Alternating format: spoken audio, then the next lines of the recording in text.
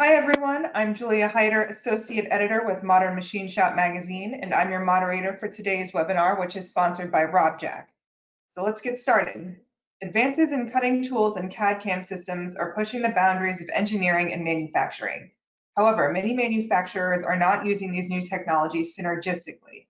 Those who do can achieve gains in metal removal rates as high as 500%. Today, we will examine new cutting technologies and strategies that solve many of the cutting difficulties experienced while machining aluminum, titanium, and difficult alloys. In this webinar, RobbJack will cover new cutter geometries that can solve many machining pains, tips and tricks for programming, how to cut thin-walled parts easily and without chatter, easy ways to get data, and how to choose the best tool for a part. Our presenter today is Mike MacArthur, Vice President of Engineering at RobbJack. Mike has worked for RobbJack for 25 years. He started as a tool grinder and has held just about every position available, including an extended period as an applications engineer. Today, as Vice President of Engineering, Mike leads RobbJack's research and development efforts, as well as technical sales and customer support. He is actively involved in developing new tools and processes for aerospace, medical, and machining applications. You can submit questions for Mike at any time during his presentation using the chat box, and we'll answer as many as we can at the end. Also, this webinar is being recorded, and you will receive a link to that recording via email. So with that, I'll turn it over to you, Mike. Thank you, Julia. Once again, welcome everyone. I just want to encourage you to submit your questions. If for some reason we don't have enough time to take those questions on air, I'll definitely answer all of them off air and answer all your questions. So we encourage as many questions as possible. For the goals of today, Julia shared some of the things. I want to impart as many tips and tricks and new tools and technologies to try to make it easier for your machining and to try to solve those machining pains. So first, we're going to go over some tool holding and some tolerances to help with consistency. We're going to go over some CAD-CAM technologies and programming techniques that will help improve performance. And then we'll briefly go over some new cutting tool technologies to help solve those problems. We won't be able to go over all the new technologies, but just try to spark those interests on your side to show you that there are a lot of technologies out there that can solve those problems. We'll go over some of the software and how to find accurate tool and cutting data, and then when applied all together, how you can get gains of 500% improvement. So we'll go ahead and start. On the tolerance side, many people on the machining side of things are familiar with really tight tolerances, but a lot of people aren't aware how tight the tolerances are on the tools that we grind. These tolerances are extremely tight. As an example, this is an electron microscope of a leg of an ant, and this is a hair on the ant's leg. And so the diameter of that is about 1/10, 20 millionths. The tolerances that we're grinding on the shanks and things are 25 millionths of an inch, which is 5 times smaller than that ant's leg hair. And as an example, a human hair, around 3/1000ths of an inch, the tolerances are about 120 times tighter that we're holding on the shanks of the tools. So the tolerances that we're talking about are very tight. And so one of the things I wanted to share that will definitely help on performance and consistency and things like that is the anti-pullout shank technology. There's people that have a lot of different technologies out there, but I'll go ahead and share what we have. Now, these 3 pictures on the left kind of are obviously exaggerated, but they're common shank conditions. So the shank, the area that you're going to be holding onto the tool, comes from a carbide blank. Those carbide blanks have taper. They could be cigar shaped. They could have straight taper, or they could have like a concavity in the center. And in all of those cases, when you put them in a really accurate tool holder, you may not be making full contact on that tool. You may not be getting the surface contact that you expect, which would help or reduce the amount of gripping force on the tool. So at RobbJack, we decided to hold all of our shank tolerances to an H4 tolerance. If you're not familiar with that, it's 2 magnitudes tighter than the common like shrink fit H6 type tolerances on cutting tools. So we're holding tolerances of 50 millionths of an inch on 3/8 tools and smaller, and above 3/8 of an inch, we're holding a -1/10 to -2/10 tolerance. So industry standard is up to 5 times bigger than those tolerances. So by holding those tolerances to such a small degree, and what we found is about every 10,000th of an inch can translate to about 10 to 30% more gripping force. So when you hold these tolerances to super tight tolerances, you're getting all that surface contact in the holder. It's contacting, you're not having taper, so it's not just touching and making contact on the back and nothing on the front. So it's reducing the run out and TIR of the tool, but also that gripping force to keep tools from pulling out of the holder. The other thing is the finish on the shank of the tool. There's a lot of tools out there that have polished shanks that look really nice, but if you're trying to get really good gripping forces, you don't want a polished surface. So we purposely grind a certain tolerance on the shank of the tool so that we aid in that gripping force of the tool.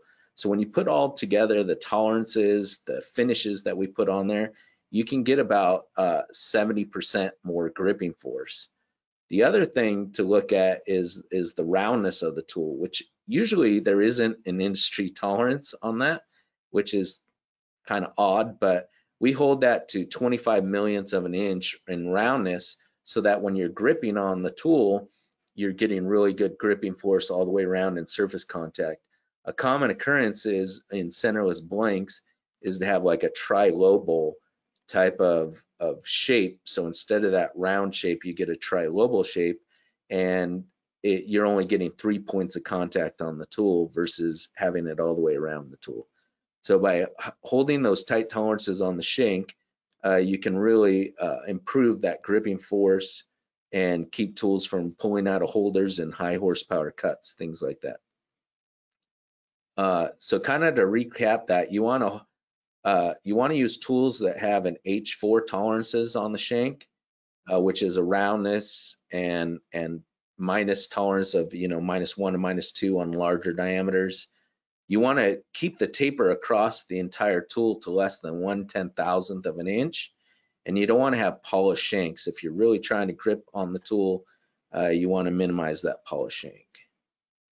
So since you guys aren't able to be at RobbJack and see RobbJack, I thought I would put together a little bit of a tour, and so that you can see it.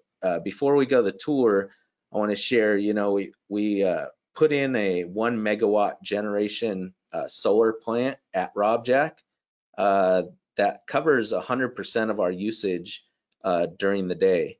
So we're really proud of that, and have all that solar up there to try to do our part.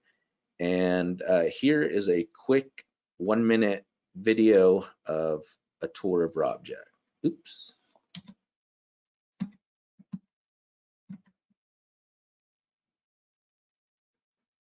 Sorry about that.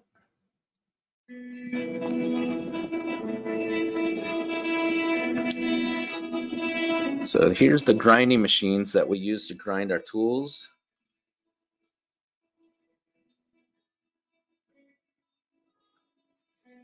Some of the people. We use an automated inspection that can measure the tools up to 500 times magnification and mesh the whole tool together in a CNC type of operation to be able to get really tight tolerances on the tools.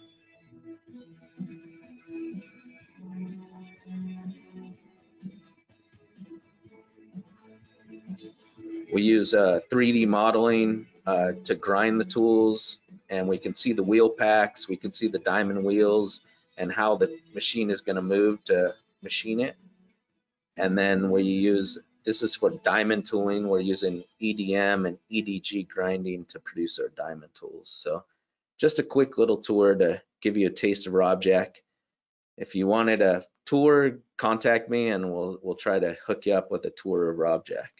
We're in Northern California.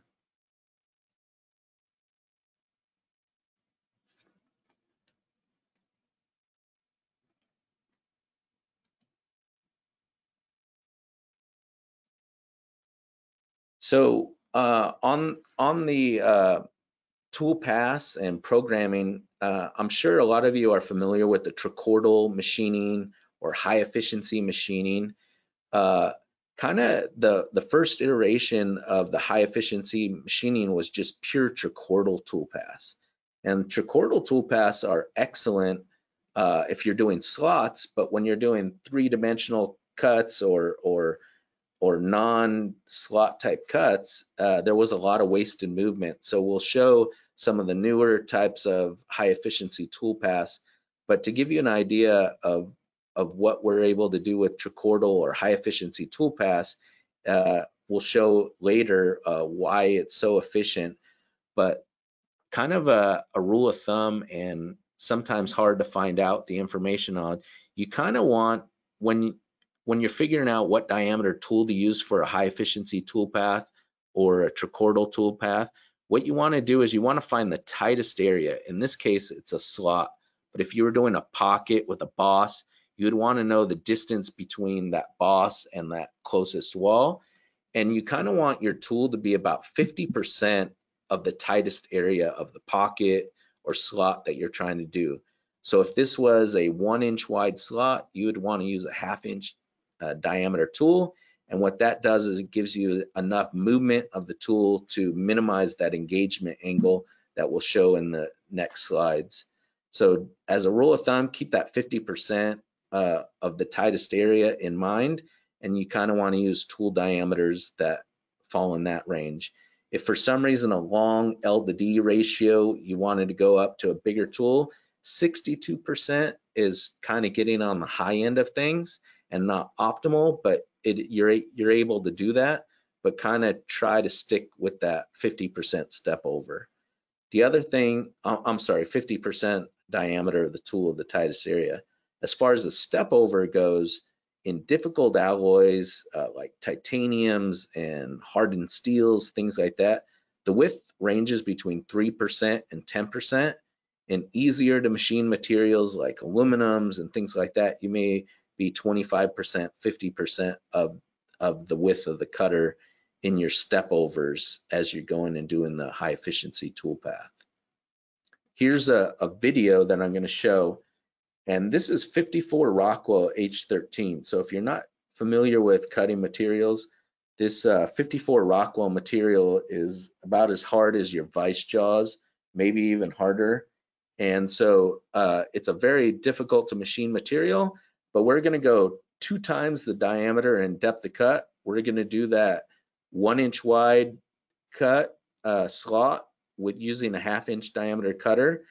And you can see the cutting, and you may not be able to hear it. We've had to turn down the volume so it doesn't add feedback on this seminar, but we have all these videos available online that you'll be able to hear it, but it's a very nice, smooth, easy cut. It's not difficult.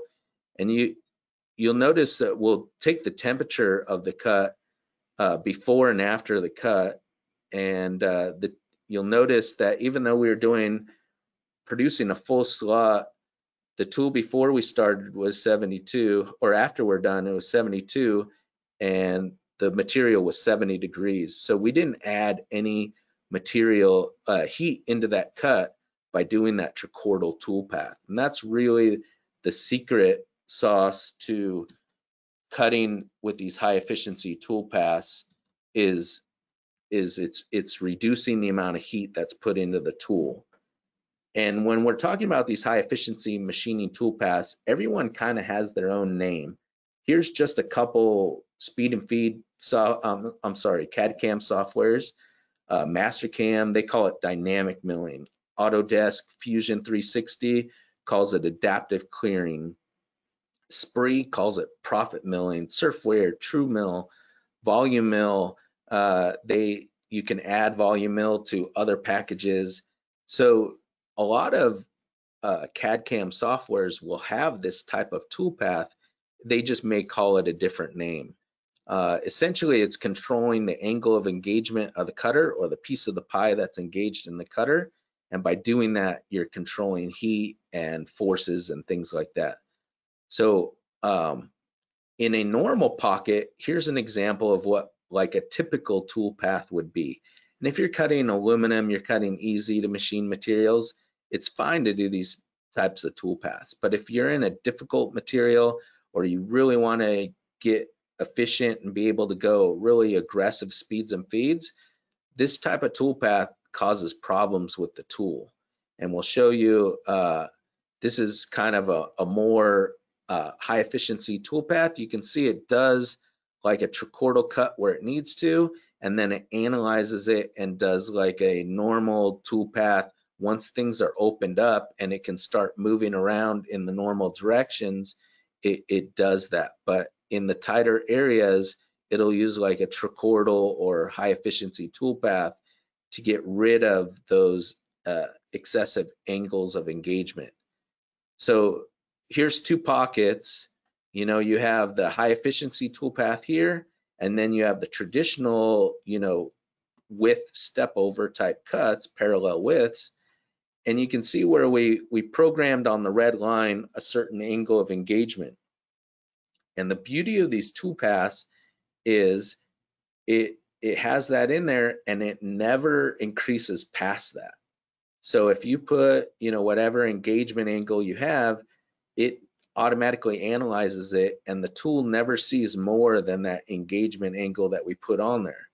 Versus a traditional toolpath, we told it we wanted 90 degree engagement angle, which is a 50% step over, but that 50% step over is doing full slot at the beginning, then it goes down to the 90 degrees, then it goes up to a high engagement cut. And you can hear that when you're cutting. You'll hear the tool squeal, squawk, change sound every time it changes direction in the cut. And what you have to do is you have to program to kind of worst case scenario for this type of toolpath, where on this toolpath you can program to best case scenario. So you can go more aggressive speeds and feeds, higher RPMs, higher feed rates, and not run into any problem with this type of procedure versus going here. You kind of have to program a little more conservative and be less aggressive so that when it goes into the full slots and changes direction in all these corners, you're running into, you're kind of shocking the tool. So why does this high efficiency toolpath work? What's the secret sauce behind it? And what it is it when you're doing full slot cuts in difficult materials, the tool is rotating in the cut, it engages in the material, and it spends 50% of its time in that cut. So as that flute is rotating around, it's building up heat, building up heat, building up heat, getting hotter and hotter, and then spends 50% out of the cut cooling off. You do a 50% or 90 degrees, then you're spending less time heating up the tool. Spending 50% off time heating the tool, and then you have 3/4 of the time cooling off. I meant 50% step over, 25% of the time in the cut, 75% out of the cut.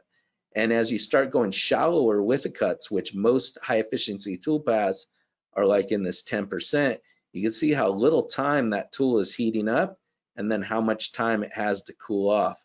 So by doing that, what we're able to do is, like in a full slot cut in titaniums and stainlesses and things like that, you have an accumulation of heat. So the flute comes around, heats up, and you cool off a little as you're out of the cut. And then you heat up more and you cool off a little. But what you have is you have this heat accumulation, so it goes past the fatal temperature of the coating or the carbide that you're using. And in reality, once you get past that fatal temperature, you're going to start chipping or galling the tool, things like that. And instead of this continuation, it'll actually just ramp up like a rocket, and you'll just get extreme heat generation and failure of the tool. So what you have to do is you have to go more conservative RPMs, speeds and feeds, things like that. When you do this light cut, you have what's called a continuous cooling action. So the amount of heat that you're building up is similar to the amount of heat that you're shedding outside the cut. So what you are is you're much lower underneath this fatal temperature of the coating. So you can actually start increasing the surface footage or the RPM of the tool, and then you're able to cut at higher RPMs than normal. So I get that question often: how are you able to cut, you know, titanium at 400 surface footage and 75 inches per minute, which is so much faster than what's normally recommended? It's because we're controlling that heat. So here's two examples of tools, you know, variable helix type tools, 5 flute for the stainless, that we're cutting stainless 2 times the diameter of the depth of cut. So 3/8 tool, 3/4 of an inch deep, and we're cutting it at 100 inches per minute, and it sounds beautiful as you're cutting stainless steel, 304 stainless. And then titanium, you know, we're cutting titanium at 75 inches per minute, 10% step over. So for a 1/2 inch tool, 50 thousandths width of cut. And we're able to do this very regularly. You know, one tool gets 7 to 10 parts out of it.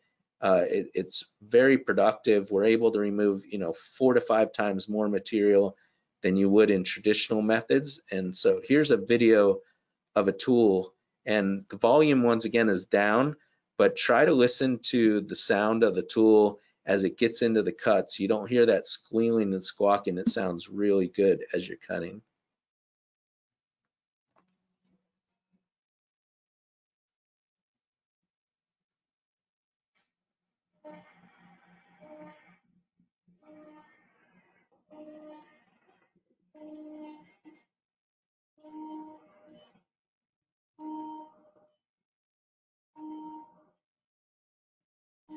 So as it's going, it's controlling that engagement angle to minimize the piece of the pie that's engaged in the cut at one time.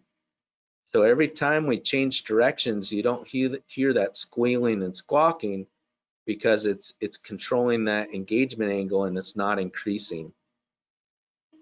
So, you know, when people see that, you know, 75 inches per minute and titanium and things like that, that's faster than some people cut aluminum these days. So it's really impressive on the removal rates that we're able to get off of these tools. So we did that 4-inch by 6-inch part, 1 inch deep, in 15.7 minutes, and we actually have it a lot faster than that on programming and things like that. But as an example, this is the amount of chips that the tool gets in 1 hour of titanium. This is a 1-inch diameter tool, and the amount of chips in 1 hour, and yet the tool lasts for, you know, 2.5, 3 times that length, you know, anywhere from 3 hours to 4 hours of machining at those kinds of speeds and feeds, which doesn't sound like a lot of life, but when you figure out how many parts you're able to do in that, it's a very productive and cost-effective way of doing it. The other thing is, by using smaller diameter tools, the tooling cost can go down. And we've had examples where we're using a 1/2-inch diameter tool and removing more material than you could with a 1-inch diameter tool, and cut our customers' tooling costs down. So that's another thing to look at, is using smaller diameter tools with that high efficiency tool path.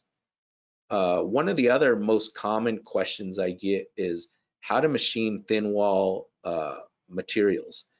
And actually, people are very surprised on how easy it is. It is actually not a very difficult thing if you take 2 things into consideration. One, the type of tool, and does it have chatter reduction geometry?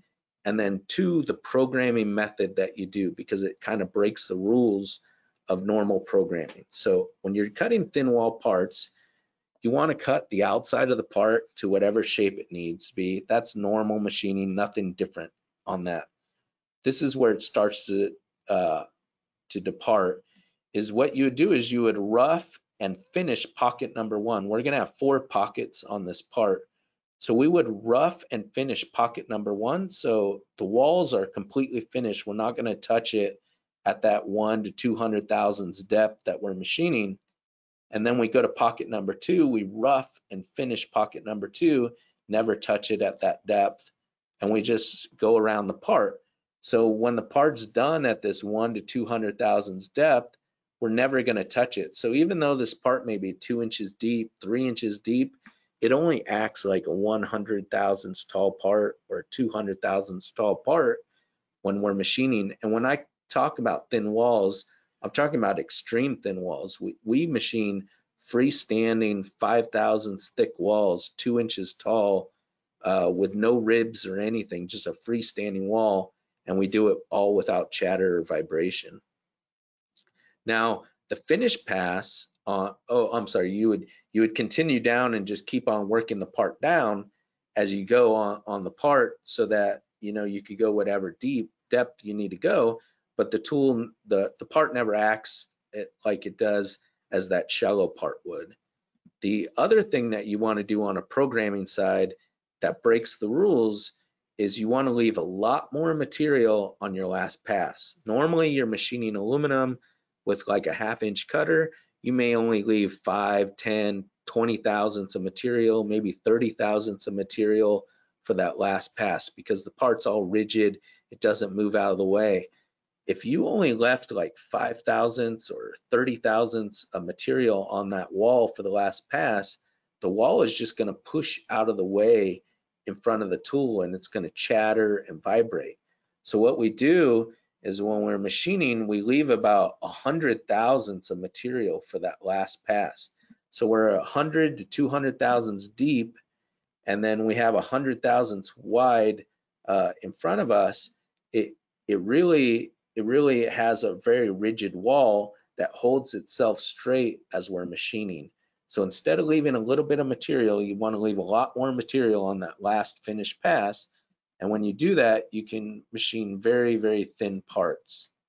Here's an example. This I think is an 8 thousandths thick wall sticking up like 2.5 inches tall. And we machine that at hundreds of inches per minute without chatter or vibration. So what we're using is a geometry that gets rid of vibration.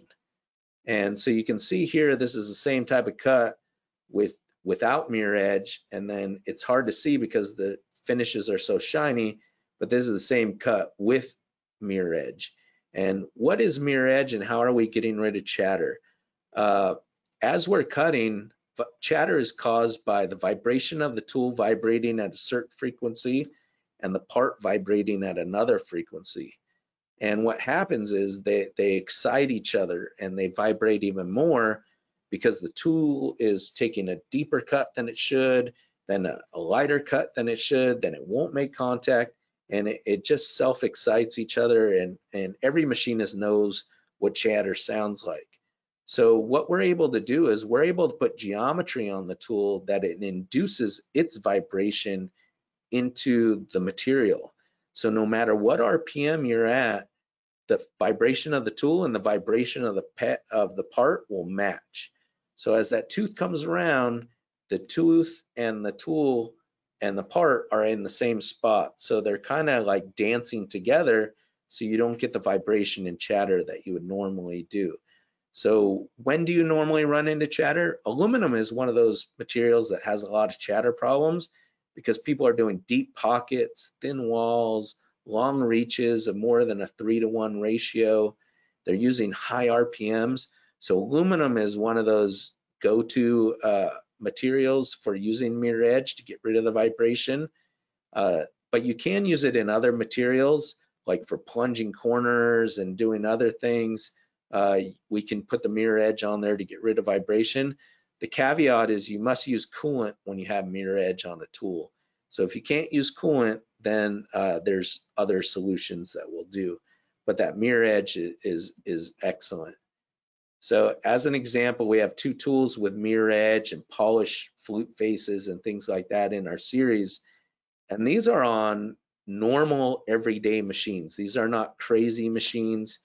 And we're able to remove 42 cubic inches of material per minute with a little 3/8 tool, or 84 cubic inches per minute with a 1/2 inch tool.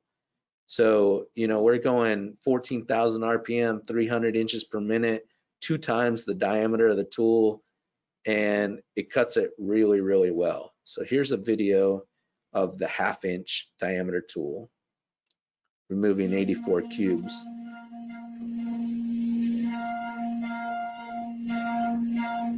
So every time it goes into that corner, it's not squealing and squawking. So here it's helically interpolating into the part. Then doing the normal step overs. And in aluminum, do you have to do these high efficiency tool paths? You really don't. If you have mirror edge to get rid of the chatter and vibration, you really don't have to. But it is nice to use it because it does help get rid of issues even in materials like aluminum.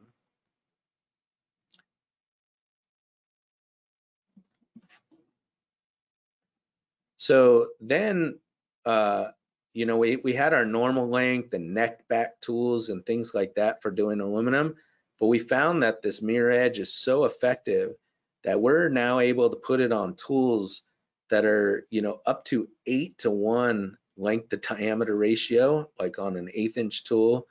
We have a 1 inch length cut, and then this tool that you're going to see the video is a 5 times the length, so it's an inch and 1.875 depth with a 3/8 tool, and we're going to take it in a single pass.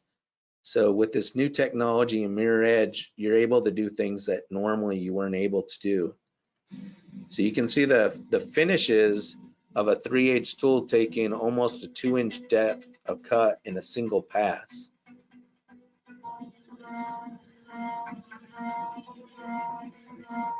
So with the mirror edge and a triportal or high efficiency tool path, we're able to cut that very effectively.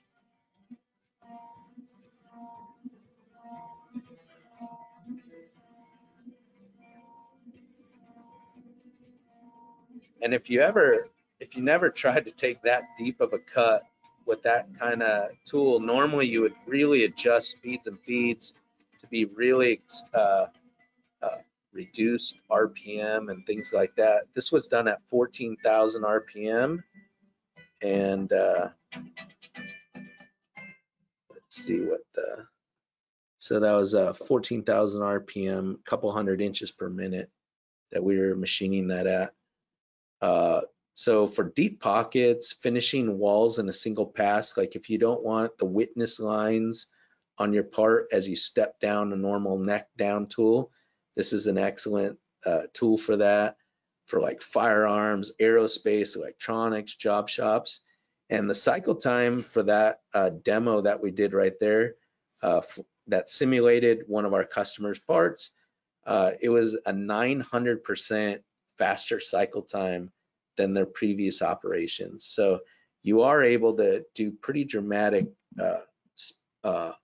improvements when you have a good tool holder, when you have the right speeds and feeds, and you have technology of the tool that can help solve the problem.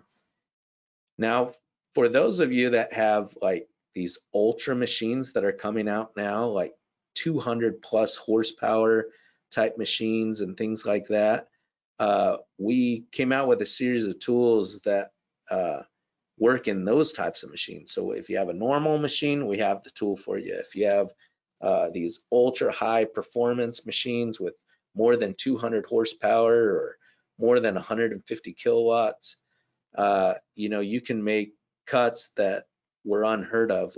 Like as an example, one of our 1-inch diameter tools is removing 90 pounds of aluminum per minute. So we're removing 891 cubic inches of material per minute. And so we were able to get, 370% extended tool life, 550% faster cycle time. And for our customer, per year, we're saving them almost $500,000 per year just with one tool, switching over with this new technology, the mirror edge, to get rid of the chatter. And so here's a video that shows a 1/2-inch tool, 3/4 inch tool, and a 1-inch tool.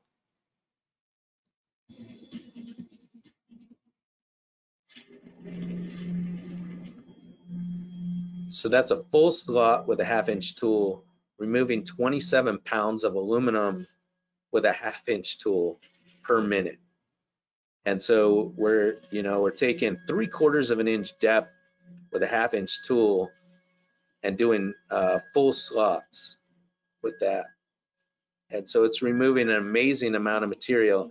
So that huge pocket that's maybe 3 feet wide by maybe 12 inches tall was done in, I believe, like a minute and a half, 1.5 inches deep. Here's a 3/4 inch tool removing 44.5 pounds of aluminum. And we're slamming 90 degrees into the corner, and you can hear the tool. It doesn't get chatter or vibration. Let me see if I can show that again. So listen to it as it goes into the corners.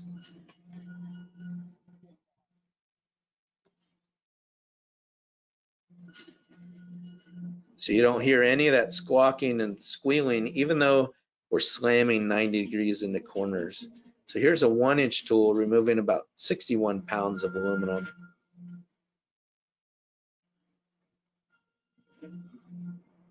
Doing the same thing, slamming 90 degrees into the corners. And you can see the depth and the width. We stopped it partway through so you could see it. And then here's after it machined the pockets.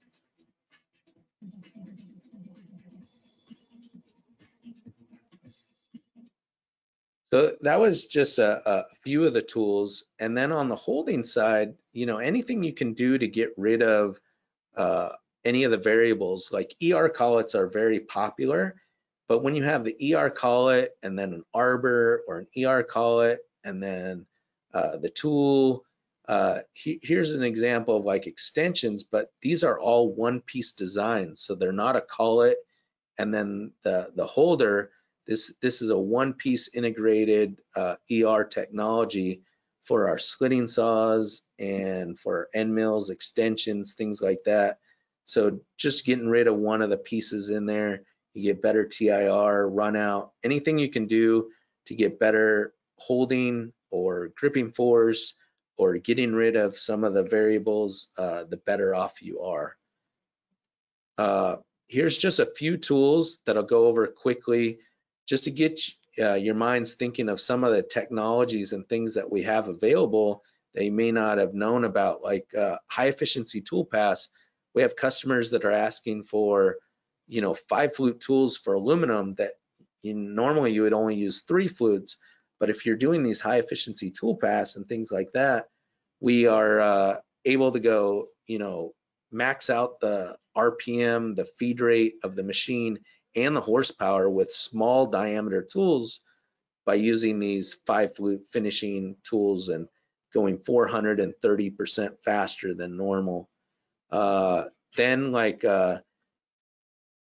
multiple flute tools usually haven't had through coolant. We're able to now to put through coolant holes on multiple fluted tools in different locations to come out. And this one happens to be a CO2 coming out of the tool, but we do the same thing for through coolant holes and things like that on multiple fluted tools. And you're able to go, 200% faster than you could without the through coolant. Some other problem solving, pain relieving tools would be like PCD or diamond tip tooling or diamond coated tooling for carbon fiber or some of those aircraft new materials, very abrasive materials. As an example, this drill for an aerospace customer, had over $500,000 of savings per year by switching over to this PCD type of technology. Like flat bottom drills for like doing counter bores or drilling on angled surfaces, things like that. We have a customer that's getting over 300,000 counter bores, which was a 1,420% increase by using the solid carbide flat bottom drill technology. Or using miniatures, we have tools down to 5/1000ths of an inch of standard, or this example, 3/1000ths of an inch, doing these very intricate parts. And by having proper geometries, speeds, feeds, technology, we're able to get amazing finishes and really long tool life, for a customer 600% increase in performance. So that 500% increase is kind of an average. So it is not out of line to have these astronomical numbers when you're working with your cutting tool manufacturer, is working with the programmers and things like that, everyone working together to give you better performance. Another one of those innovative solutions that we're seeing amazing performance out of is through coolant saw arbors, which I haven't seen anywhere else. But what we're able to do is put through coolant through there into a chamber and then make solid carbide flanges that have grooves in them that exits coolant out of it for the slitting saws. And then, we're able to see, 200% increases or more, very common by getting coolant on each side of the saw. So here's a kind of a diagram of like a ganged saw. And so if you just had one single saw, you would only need these two green flanges on there. You wouldn't need the spacer in the middle. But if you had like 2 saws or 10 saws all ganged together, you could put these through coolant carbide spacers in there, and it has ports for the coolant to go on each side of the saw. So coolant is being put where it needs to be, and for slitting saw applications, that's kind of a game changer, and we're seeing dramatic performance differences by using this type of technology. Then I get asked, how do I find the right tool? Or, for my application, that's a very difficult thing to do. If you contact us at the end, we have these speed and feed buttons that have 2 functions, and it'll have both functions that I'm going to talk about right now. One, a tool search, and one, speeds and feeds. So for the tool search side, we developed software that you could put like, what material you're cutting, what type of cutting you're doing. And this, we clicked on aluminum and 1/2 inch diameter. And so it gives you all the tools for aluminum. Now we clicked on steel or plastics, and it recommends the top tools for plastics or materials, wood, stainless, magnesium, and we have a wide variety of materials. Or you can, pick, whether you want to do a through coolant tool or whether it's coated, all kinds of different applications or configurations. You put what you know, and it'll go and recommend what tool best fits that application. And then once you get to where you found the tool, what you want to do, like in this one, we'll go ahead and click on the A1303. It gives you like a video of how to use the tool, some tips and tricks and things on what's going on, the tolerances of the tool, and things like that. So it's really handy to have this tool search available. And like I said, if you contact us, send us your email and address, we'll go ahead and send you these speed and feed buttons. If you don't get one of the speeds and feed buttons, you could go to our website, and the tool search and the speeds and feeds are available on our website as well. On the speeds and feeds, it's pretty amazing, these speeds and feeds, because we're taking into account machine and horsepower It's not like a table-driven type of speed and feed chart.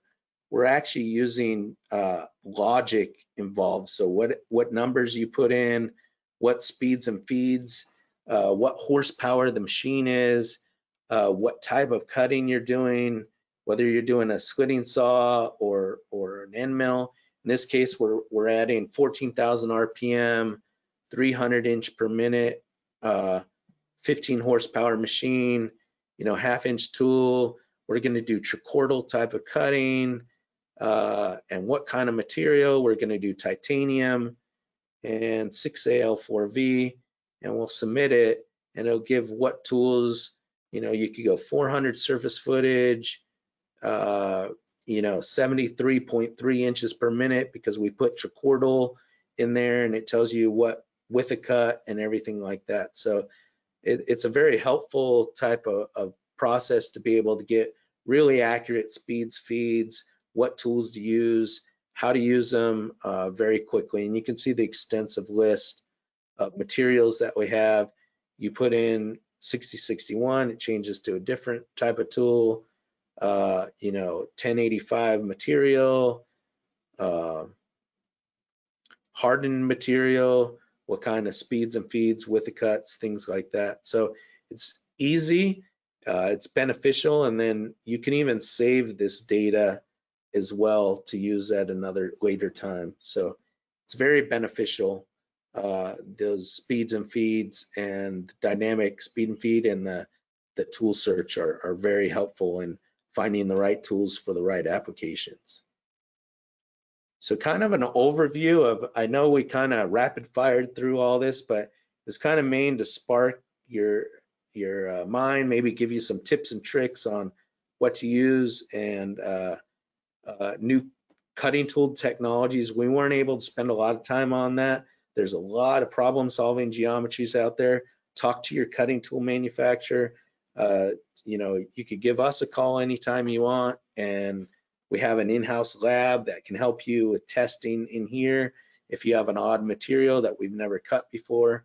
But when you apply all these techniques together, as you saw in some of the examples, it's not out of line to get 500% improvements in performance when you communicate really well with your cutting tool manufacturers and to get this type of performance. So here's the point. Here's some on the videos. If you weren't able to hear that or you want to see those videos, here's the link for the videos. If you have any questions that don't make it online or you didn't put it there, here's my email address, our website for the speeds and feeds, things like that, RobbJack.com. Feel free to reach out anytime. We'll do what we can to help you out and improve your performance. But so now, if you have any questions, feel free to ask them, and we'll do our best to answer all of them in the time that we have. All right, thanks, Mike. It looks like we have a few questions already, but there's still time if you want to submit one. You can just type it into the question pane at the right of your screen, and like Mike said, we'll do our best to get to it. And if we don't have time to get to it today, Mike can follow up with you via email. All right. Our first question, how do you check the shank diameter to such a tight tolerance? So we check the shank diameter using air gauges, jeweled air gauges. So it's sending air pressure through, and then it's measuring the amount of air pressure that's coming out.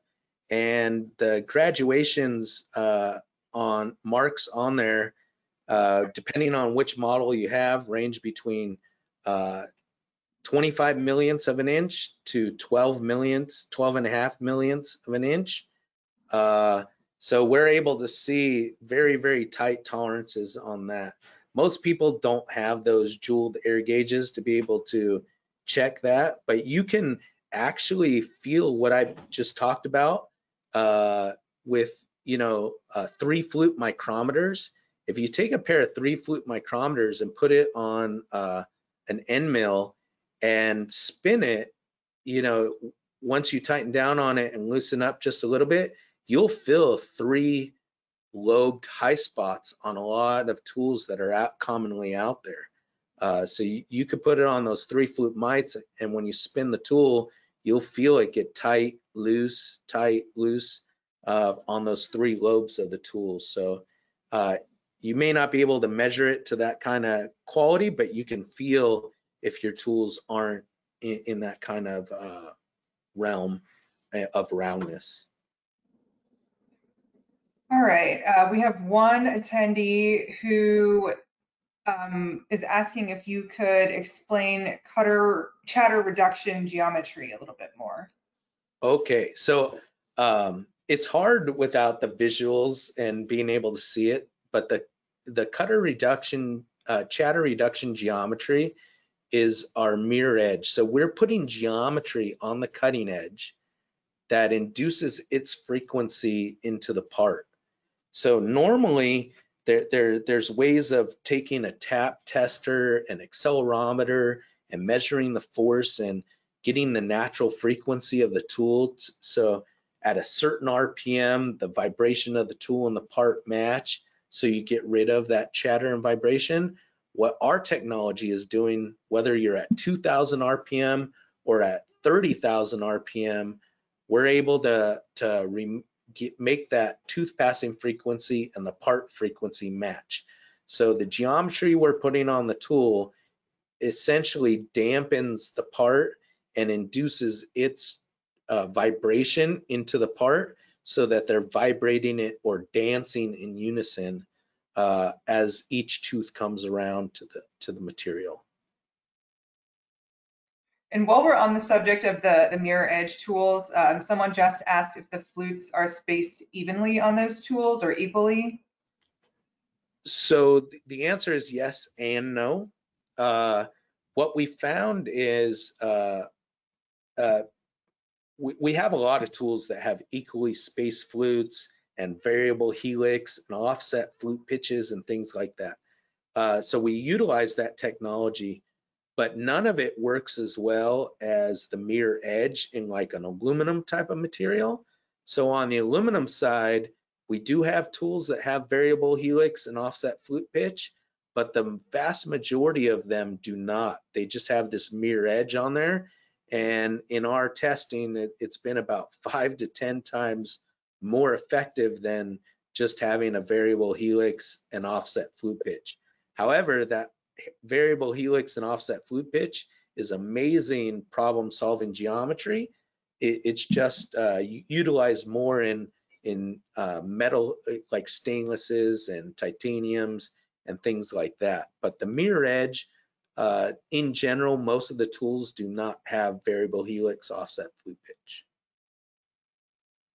All right. Let's see, we have another attendee asking if you have any tips for reducing or eliminating burrs on parts coming off the machine. Yes. So it depends on what's causing the burr. There are some materials that are very prone to a burr, but then we see a ton of burrs on parts just because the geometry of the tool and the speeds and feeds and the techniques aren't optimized.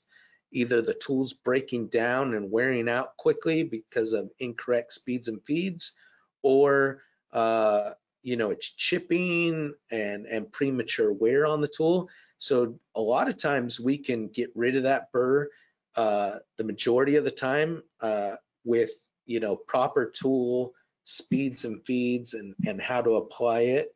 But there are certain materials, no matter what you do, you tend to run into a burr. So there are things that we can help get rid of that. Sometimes it's having a sacrifice piece of material butted up to it in the fixturing, or it might be like down shear tools or things like that to push the burr into the part, or having left hand helix, right hand cut tools, and then so it depends on, or left hand cutting tools to put the burr into the part. So there are a lot of geometry things that we can do to the tool to get rid of that burr on parts. All right, let's see. Do you have any tools for machining inconel, and what is the tool life that you could have when you're machining that material? So inconel is a very difficult to machine material if you've ever done it, the nickel alloy and things like that. We actually use our hard metal geometry, so more of a tool designed for die and mold type machining that we use for most inconels, 718, 625 inconel, those types of inconels. And we'll use that high efficiency toolpath. And tool life is hard because there's so much dependent on the machine and programming and the application. But tool life on inconel can range as low as 30 minutes, 45 minutes out of the cutter to 4 to 6 hours out of the cutter, depending on the cut and variables and the machine that they have in the for the application. But inconel is one of those more difficult to machine materials. Can you please explain again the radial and axial engagements in high efficiency milling typically on the slots? Okay, so you don't want, in high efficiency milling, you don't want to do a true slot where the tool, if you have a 1/2 inch diameter tool, you're making a 1/2 inch diameter slot. The axial depth of cut most of the time is about 2 times the diameter of the depth of, 2 times the diameter of the cutter. So if you have a 1/2 inch tool, you can typically go 1 inch deep with that in a single pass.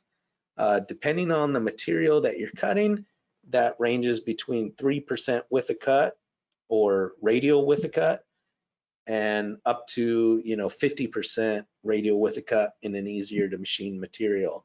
So with high efficiency milling, the advantage is you're able to go much deeper Z depth of cut with the cutter and engage a lot of times the majority of that cutting flute in the cut at one time, and that's what makes it more cost effective, because you are able to go much deeper Z depth of cuts. Okay, is the mirror finish on the aluminum an additional cut with a different tool? I'm sorry, could you repeat that one? Is the mirror finish on the aluminum an additional cut with a different tool? So no, we usually have the mirror edge for the rougher and the finisher in 99.9% of the applications. So it's that one tool roughs it and finishes with the same cutter. So we don't have that mirror edge on there for certain things and not. Most of the time, if it's the right application, that mirror edge is beneficial. I do have sometimes people will ask me when should I use mirror edge and when should I not. If the application is chatter prone, like if the L to D is around 3 to 1, where the length to diameter ratio is about 3 to 1, or your thin wall or deep pockets where it would be more than 3 to 1, you normally would run into chatter and vibration. If you're gonna run into chatter or vibration, you want to use mirror edge. If you don't have an application that's prone to chatter, it's thick walls, it's very shallow, you don't have to have the mirror edge on there because you're not going to run into chatter. So you only want to use it in those applications where chatter is a typical problem. All right, it looks like we have time for one more question here. What is a strategy for finishing thin-walled pockets? So I kind of went over that in the presentation, but a strategy for finishing thin wall pockets is you want to finish that at every Z level. So on a thin wall part, if you're going down, say 2 inches deep with a thin wall, you don't want to leave, hog out that 2 inches deep and leave, a certain amount of material to finish it up on the last pass. You want to, do it at like 200, 250 thousandths depth of cuts and you rough pocket number 1 and you finish pocket number 1. And you go to pocket number 2, rough and finish at that 1 Z level, and then that whole part is done at 250 thousandths depth. Then you work on 1/2 inch depth, then 3/4 of an inch depth. So the whole part is always done and you're never touching those walls as you work down. So you want to finish the wall at every single Z depth and the whole part before you move down any deeper. All right, everyone, that is all we have time for today. I want to thank Mike and RobbJack for making this webinar possible, and thank you to everyone for listening in.